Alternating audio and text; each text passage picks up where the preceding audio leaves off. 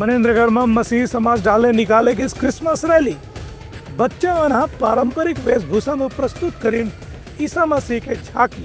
मनेन्द्रगढ़ चिरमिरी भरतपुर के जिला मुख्यालय मनेन्द्रगढ़ में आसपास के क्षेत्र के लोगन मन ला शामिल करके मसीही समाज डहारे क्रिसमस रैली के आयोजन करेगी।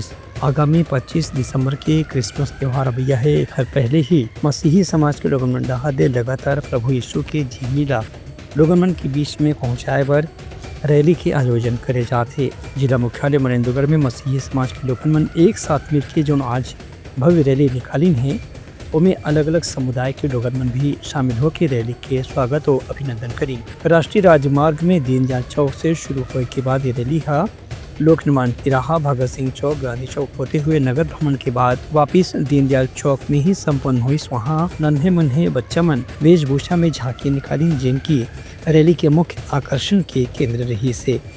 ब्यूरो रिपोर्ट, उतलंघा न्यूज।